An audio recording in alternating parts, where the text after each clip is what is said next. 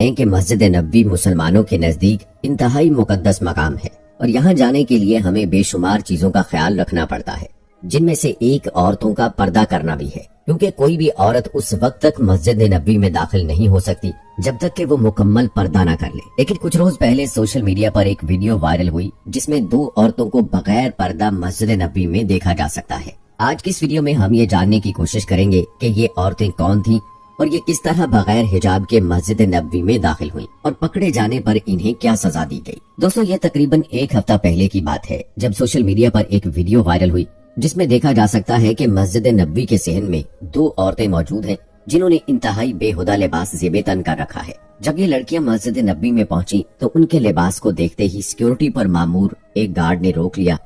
اور ان سے سوال کیا کہ آپ بغیر پردے کے یہاں کیسے پہنچ گئے۔ اس سوال کے جواب میں انہوں نے بتایا کہ ہم غیر مسلم ہیں اور ہم مدینہ میں صرف وزٹ کرنے آئے تھے اور غلطی سے مسجد نبوی کے صحن میں داخل ہو گئے، لہٰذا ہماری معذرت قبول کی جائے۔ یہ سننے کے بعد گارڈ نے لڑکیوں کو مسجد نبوی کے تقدس کے بارے میں بتایا اور انہیں فوراً پردہ کرنے کا حکم دیا، جس پر ان لڑکیوں نے اپنے بیگ سے عبایا نکال کر پہن لیا اور ان کی معافی قبول کرتے ہوئے انہیں واپس بھیج دیا گیا۔ دوسری جانب سوشل میڈیا پر سرگرم سعودی صارفین نے ان 2 غیر مسلم خواتین کی جانب سے مسجد نبوی کی بے حرمتی کی تصویر شائع کی اور ان 2 بے پردہ خواتین کے حرم میں داخل ہونے پر اپنے غصے کا اظہار کرتے ہوئے ٹویٹ کیا۔ ان صارفین نے ویڈیو کلپس شائع کی جن میں مسجد نبوی کے اندر 2 بے پردہ خواتین کو مسجد کے محافظوں میں سے ایک سے بات کرتے ہوئے دکھایا گیا ہے اور گارڈ انہیں اس مقدس مقام سے نکل جانے کا کہتا ہے۔ ان صارفین نے سعودی حکام کی جانب سے مقدس مقامات پر بغیر حجاب کے خواتین کے داخلے کے حوالے سے بے حسی کو تنقید کا نشانہ بنایا، جہاں انہیں داخلے کی اجازت نہیں ہے۔ زیادہ تر تنقیدی سعودی صارفین ٹویٹر پر تخلص استعمال کرتے ہیں کیونکہ حکام کی جانب سے ان کے خلاف مقدمہ چلایا جاتا ہے اور انہیں گرفتار کیا جاتا ہے، جیسا کہ ابو مادی المادیس کے تخلص کے ساتھ ان صارفین میں سے ایک نے لکھا کہ مسجد نبوی میں بغیر حجاب کے لڑکیاں اہل سعودی زمین کے پاک ترین مقامات یعنی مسجد نبوی کی حرمت کو پامال کرتا ہے اور کسی بھی وہابی شیخ کو اس پر اعتراض نہیں ہے۔ دوستو، یہاں آپ کو بتاتے چلیں کہ اگر آپ بذریعہ سڑک کسی بھی جانب سے مکہ مکرمہ میں داخل ہوں تو حدود حرم کے آغاز سے کچھ پہلے سڑکوں میں حروف میں بار بار یہ الفاظ تحریر ملتے ہیں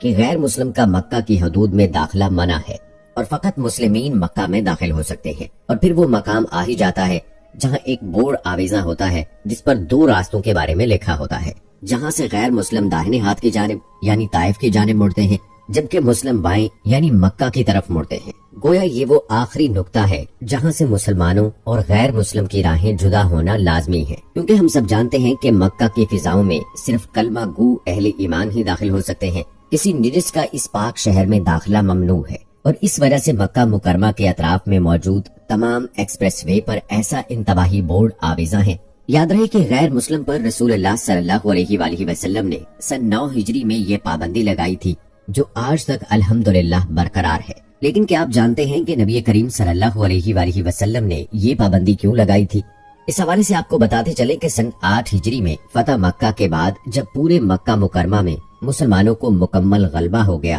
تو سن 9 ہجری میں اللہ تعالیٰ نے خاص آیات نازل فرمائی جس میں حکم دیا کہ نجس مشرکین کو مسجد الحرام کے پاس بھی بھٹکنے نہ دو۔ یہ آیت قرآن مجید کی سورہ توبہ کی آیت نمبر 28 ہے جو پارہ نمبر 10 میں ہے، جس کا اردو ترجمہ کچھ یوں ہے: اے ایمان والو، مشرک بالکل ہی ناپاک ہیں، وہ اس سال کے بعد مسجد الحرام کے پاس بھی بھٹکنے نہ پائیں۔ اگر تمہیں مفلسی کا خوف ہو تو اللہ تمہیں دولت مند کر دے گا اپنے فضل سے اگر چاہے، اللہ علم و حکمت والا ہے۔ دوستو، قرآن مجید میں اللہ تعالیٰ کے ان واضح احکامات کے بعد رسول اللہ صلی اللہ علیہ وآلہ وسلم نے مشرکوں اور کفار پر مسجد الحرام یعنی مکہ مکرمہ کی حدود میں داخلے پر پابندی لگا دی، جو الحمدللہ 1400 سال سے زائد عرصہ گزر جانے کے باوجود اب تک اللہ کے فضل اور مدد سے قائم و دائم ہے اور انشاءاللہ قیامت تک برقرار رہے گی۔ مکہ کے ساتھ ساتھ مدینہ منورہ بھی، کیونکہ رسول اللہ صلی اللہ علیہ وآلہ وسلم کا حرم ہے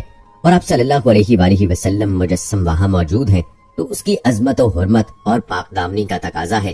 کہ وہاں کی طائر فضاؤں میں بھی نجس لوگ داخل نہ ہوں، اس لیے مدینہ منورہ میں بھی یہ پابندی لگائی گئی ہے۔ دوستو، بے شک یہ مسلمانوں کا ہی شرف ہے کہ وہ ان پاک جگہوں پر بغیر رکاوٹ کے آ سکتے ہیں۔ اس میں ذرا برابر بھی شک نہیں کہ مدینہ منورہ کائنات و ارض و سما کا وہ نگینہ ہے جہاں ہر لمحہ آسمان سے رحمت کی رمجم برستی رہتی ہے اور مدینہ کے رہائشی اللہ کے کرم تلے رہتے ہیں۔ یہ وہ خوش نصیب لوگ ہیں جن کے شب و روز کا ہر لمحہ حضور صلی اللہ علیہ وآلہ وسلم کی چادر رحمت کے سائے میں گزرتا ہے۔ نبی کریم صلی اللہ علیہ وآلہ وسلم کی دعاؤں کا حصار انہیں اپنے دامن عطا و بخشش میں چھپا لیتا ہے۔ حدیث نبوی میں مدینہ منورہ کے بے شمار فضائل بیان کیے گئے ہیں، جیسا کہ فرمان نبی صلی اللہ علیہ وآلہ وسلم ہے کہ مدینہ خیر و برکت کی جگہ ہے۔ مسجد نبوی میں نماز پڑھنا، دعا کرنا، عبادت کرنا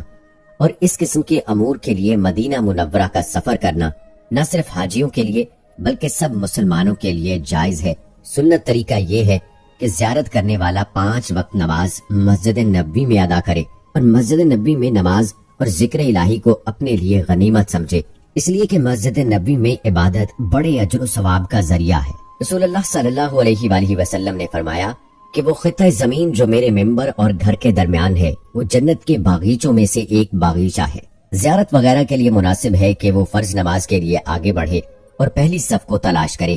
اگرچہ صف اول پہلی توسیع شدہ جگہوں میں ہو۔ چنانچہ صحیح احادیث میں رسول اللہ صلی اللہ علیہ وآلہ وسلم نے پہلی صف میں شامل ہونے کی ترغیب دی ہے۔ آپ صلی اللہ علیہ وآلہ وسلم نے فرمایا کہ اگر لوگوں کو اذان اور پہلی صف میں شامل ہونے کا علم ہو جائے تو وہ گھٹنوں کے بل بھی چل کر آئیں گے۔ مدینہ منورہ، مسجد نبوی اور روضہ رسول صلی اللہ علیہ وآلہ وسلم ان مقامات مقدسہ کی حاضری اور شرف بڑی سعادت کی بات ہے۔ محدثین اور علماء کرام نے باضابطہ اس کے آداب بیان کیے ہیں۔ آپ صلی اللہ علیہ وآلہ وسلم کے آداب میں سے یہ بھی ہے کہ وہاں اپنی آوازوں کو نہایت پست اور دھیما رکھا جائے۔ وہاں ذکر و اذکار یہاں تک کہ درود و سلام بھی اتنی بلند آواز میں پیش نہ کیا جائے جو روضہ رسول صلی اللہ علیہ وآلہ وسلم کی حاضری کے آداب کے خلاف ہو۔ مسجد نبوی کے آداب میں شامل ہے کہ وہاں شور و غل نہ کیا جائے اور نہ ہی بے مقصد آوازیں بلند کی جائیں، لیکن اکثر دیکھنے میں یہ آتا ہے کہ زائرین میں سے بعض مسجد نبوی کے نزدیک آواز بلند کرتے اور احتراماً دیر تک قیام کرتے ہیں۔ یہ شریعت کے خلاف ہے۔ اس کے لیے اللہ تبارک و تعالیٰ نے پوری امت کو منع فرمایا ہے کہ وہ نبی کریم صلی اللہ علیہ وآلہ وسلم کی آواز سے اپنی آواز کو بلند نہ کریں یا آپ صلی اللہ علیہ وآلہ وسلم کو بے ادبی سے آواز نہ دیں۔ اللہ تعالیٰ نے فرمایا، اے ایمان والو، اپنی آواز کو نبی کریم صلی اللہ علیہ وآلہ وسلم کی آواز سے اونچا نہ کرو اور نہ آپ صلی اللہ علیہ وآلہ وسلم کو اس طرح آواز دو جیسا کہ تم میں سے بعض کو آواز دیتے ہو، ایسا نہ ہو کہ تمہارے اعمال ضائع ہو جائیں اور تمہیں پتہ بھی نہ ہو۔ بے شک وہ لوگ جو نبی کریم صلی اللہ علیہ وآلہ وسلم کے پاس اپنی آواز کو پست کرتے ہیں، یہ وہ لوگ ہیں کہ اللہ تعالیٰ نے ان کے دلوں کو تقویٰ کے لیے خاص کر دیا ہے اور ان کے لیے بخشش اور بڑا ثواب ہے۔ آخر میں دعا ہے کہ اللہ تعالیٰ ہر مومن مسلمان کو مکہ مکرمہ اور مدینہ منورہ کی زیارت نصیب فرمائے، آمین۔ دوستو کمنٹ باکس میں آمین لکھ کر آپ بھی ہماری دعا کا حصہ بن جائیے۔ ملتے ہیں اگلی ویڈیو میں، تب تک کے لیے اللہ حافظ۔